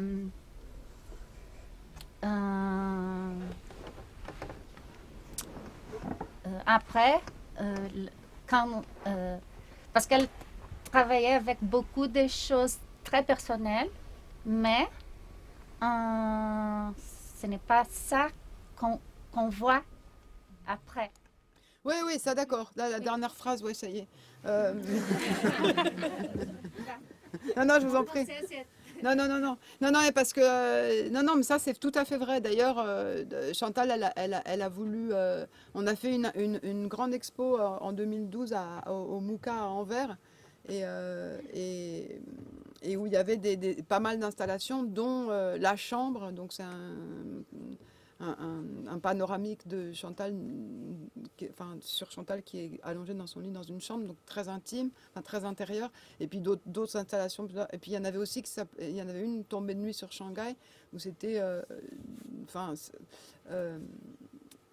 et puis il y avait de l'autre côté, il y avait des, voilà. Et je me souviens le moment où le curateur est venu nous voir en salle de montage, et il a dit, Chantal, il faut un titre pour l'exposition. Et du tac au tac, elle a dit « too far, too close ». Donc voilà, c'est vraiment l'essence même de ça.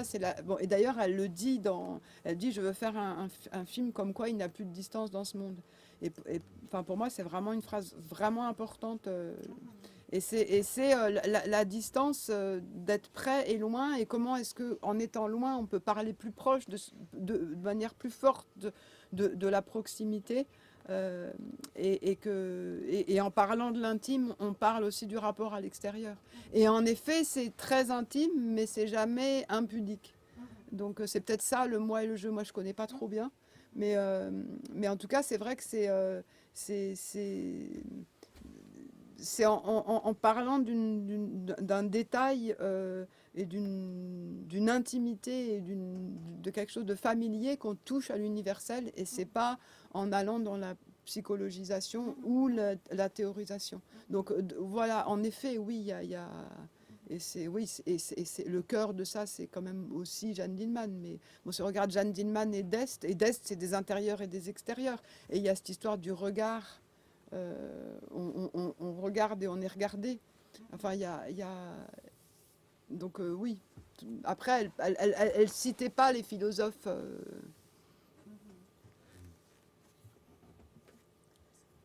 Il est passé 10 heures, donc je pense que on va libérer tout le monde. Mais en tout cas, n'hésitez pas à prendre un verre au bar. Je ne sais pas si Claire a encore envie de jaser avec vous.